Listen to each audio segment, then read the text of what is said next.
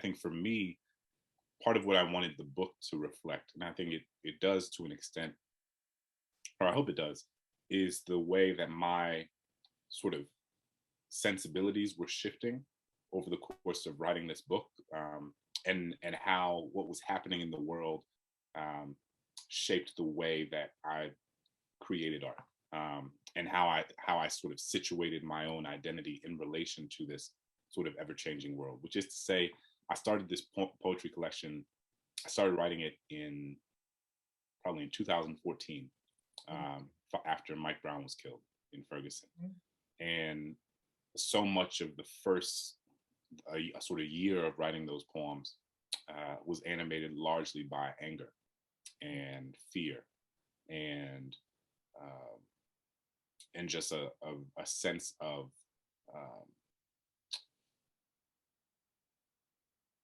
this idea that my writing was being governed from a place of anger and fear and contempt, and I think it was important for me to write into those spaces, because it was helping me process and make sense of so much of this sort of early iteration of Black Lives Matter movement, and so much of the violence that we were seeing manifest itself on our screens and on our televisions, on our phones. And I was sort of writing into this space of being confronted with this sort of these images, in what felt like an unceasing way, and then putting that in conversation with my own childhood, my own experience, my own questions about this country and how I fit into it. And I think part of what happened halfway through is that I was like, well, I want to write this book that's a sort of coming of age story of Black life, or the life of one Black child in this country. But I also don't want to fall into the trap of making it seem as if Blackness, or Black childhood, or Black coming of age is singularly defined by fear, or singularly defined by oppression, or singularly defined by the violence, whether state sanctioned or interpersonal, that is enacted or attempted to be enacted against us. And I was like, my life is so much more robust than that, right? My life is so much more three-dimensional than that. Every Black person's life is so much more three-dimensional than that. And I wanted the book to reflect the sort of confluence of emotional textures that made my life what it is. So, and I think, and that make any human's life what it is, right? So I was writing this book in a time when I was experiencing a lot of despair that Black people were being killed at the hands of the state. And I also met the woman who would become my wife. And so I was falling in love. And so, like, what does it mean to be a person in the world who is experiencing what feels like this almost cognitive dissonance of feeling despair from the larger society, but also experiencing this, like, one of the most remarkable things you can experience as a person, which is to, like, meet someone and fall in love with that person, and to have your sense of who you are in the world shifted by another person.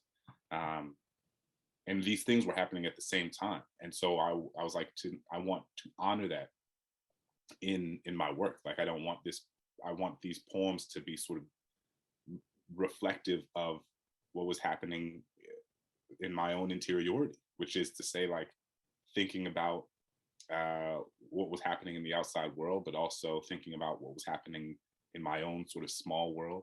And then how are these things in conversation with each other?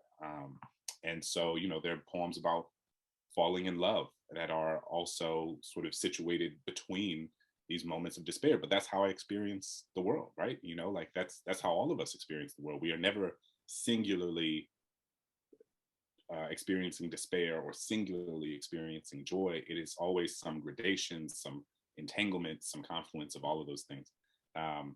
And I also wanted the book to reflect the idea, just to push further on that idea that although, you know, Black Americans have been subjected to centuries of intergenerational violence, again, we are not defined by that, and that there is still agency, and there is still, and that we still have agency, and that how remarkable is it that in spite of this centuries-long history of oppression, that we have, like, built communities, that we have created a culture so grounded in love, that we have created, social infrastructure and social enterprises and social institutions that make our lives so rich and so important.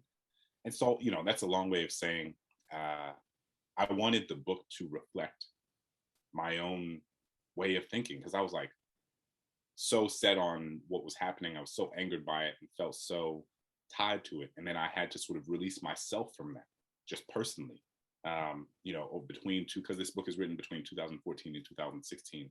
And so the journey the book takes, from like experiencing despair to then at the end, I think saying we are not defined by that despair, we're not defined by that violence, is an attempt to capture what was happening in my own spirit in some ways.